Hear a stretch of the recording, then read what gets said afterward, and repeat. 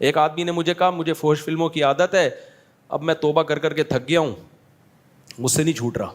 میں نے کہا ٹھیک ہے, پھر اللہ سے تجھے معاف کرنا بھی نہیں ہو رہا. اب تو توبہ کر کر کے تھک سکتا ہے, تو اللہ کہے گا کہ جب تجھ سے توبہ نہیں ہو رہی ہے تو میں کوئی معاف کرنے کا میں نے ٹھیکہ نہیں لیا ہوا. انلزمکموہا وانتم لہا کارہون. جب اللہ معاف کرنے کے لیے تیار ہے تو پھر وہی گالی نکل رہی ہے منہ سے, کیا کریں, تو کم بخت کر لینا توبہ.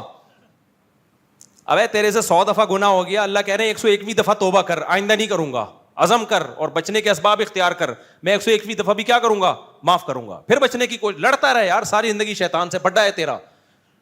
کلابازیاں شیطان کو تو کبھی گرا دے, کبھی شیطان تجھے پھڈا رہے. جس دن تو نے ہتھیار ڈال دیے نا کہ مجھ سے نہیں ہوتا, اللہ کہے گا پھر مجھ سے بھی نہیں ہوتا. صحیح ہے نا. جب تک عاجزی دکھاتا رہے گا نا, لڑتا رہے گا اللہ سے. اللہ سے لڑنے کا مطلب معافیاں مانگتا رہے گا.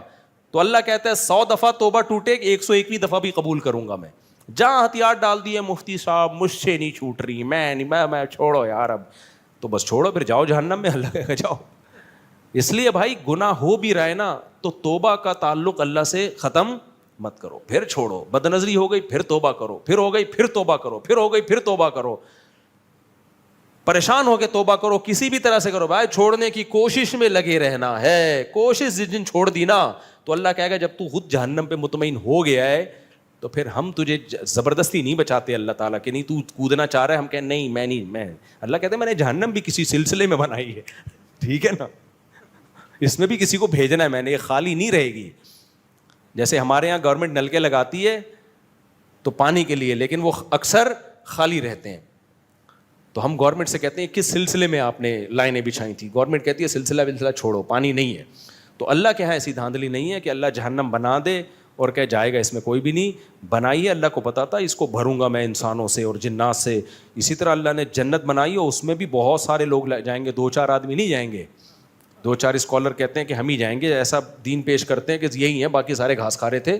ایسا نہیں ہے بھائی, جنت میں بھی بہت بڑی تعداد میں لوگ جائیں گے. اگر یہ سارے گمراہ ہوتے, یہ سارے علماء صلحاء حنفی مالکی شافعی 99% تو یہی ہیں, حنفی مالکی شافعی حنبلی, باقی 1% ہیں جو کسی فقہ کو فالو نہیں کرتے.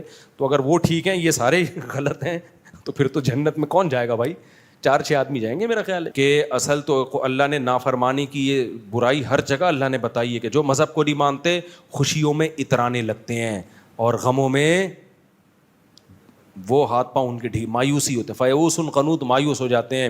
تو خوشیوں میں اترانا نہیں ہے. نعمت ملے اللہ کی بھیک سمجھنا ہے. کیا سمجھنا ہے؟ بھیک. اللہ کا شکر ادا کرنا ہے, گناہوں سے اور دور ہونے کی کوشش کرنا ہے. اپنے غریب رشتہ داروں کو گھٹیا نہیں سمجھنا, ان سے تعلق ختم نہیں کرنا.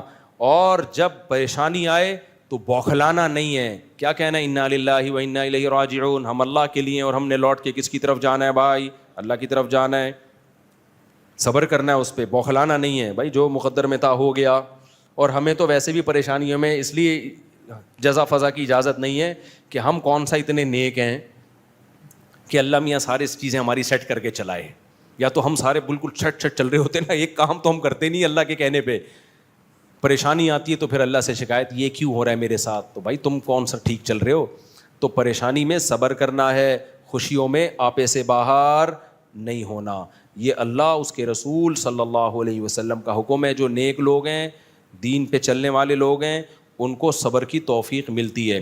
اب وہ ہیں کون لوگ, یہ صفات پیدا کیسے ہوں گی, یہ انشاءاللہ اگلے بیان میں. اب آگے بھی چل رہا ہے نا, اسی آیت پہ تو نہیں, ہم نے امام مہدی کا انتظار کرنا ہے, آگے بھی چلیں گے ہم. تو انشاءاللہ اگلے ہفتے پھر میں اس آیت کا اگلا حصہ بیان. یہ اصل میں ہے اتنا اہم حصہ نا کہ اگر پوری زندگی بھی اسی آیت کو بتاتے بتاتے گزر جائے تو اس کا حق ادا نہیں ہو سکتا. اس میں اتنی زبردست اللہ تعالیٰ نے انسان کی ساری برائیوں اور فسادات کی جڑ ہی یہ چیز ہے کہ خوشی میں اترانا اور غموں میں بے صبرا.